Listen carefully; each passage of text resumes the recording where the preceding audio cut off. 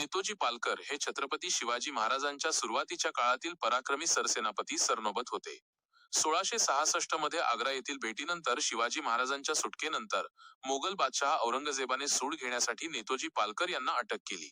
त्यांच्यावर प्रचंड दबाव टाकून 27 मार्च 1667 रोजी त्यांना बळजबरीने इस्लाम धर्म स्वीकारायला लावला गेला आणि त्यांचे नाव मोहम्मद कुली खान असे ठेवले गेले. त्यानंतर त्यांना सुमारे 9 वर्षे काबूल, कंदाहार, अफगाणिस्तान सारख्या दूरच्या प्रांतात मोगलांच्या वतीने लढण्यासाठी पाठवण्यात आले. मे 1676 मध्ये उत्तरेकडील मोहिमेवर असताना नेतोजी पालकर यांनी मोगलांच्या छावणीतून पळ काढला आणि ते रायगडावर शिवाजी महाराजांना येऊन भेटले. त्यांना पुन्हा हिंदू धर्मात परतण्याची तीव्र इच्छा होती. त्या काळात शुद्धीकरण करून परत धर्मात घेण्यास समाजामध्ये आणि काही धर्मपंडितांकडून विरोध होत असे. पण महाराजांनी अत्यंत पुरोगामी आणि दूरदृष्टीचा निर्णय घेतला.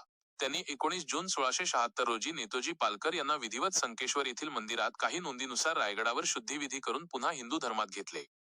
महाराजांचा हा निर्णय केवळ नेतोजींना पुन्हा स्वधर्मात आणणारा नव्हता, तर बळजबरीने परधर्मीय झालेल्या व्यक्तींना स्वराज्यात परत घेण्याचे ऐतिहासिक उदाहरण आणि धोरण स्थापित करणारा होता.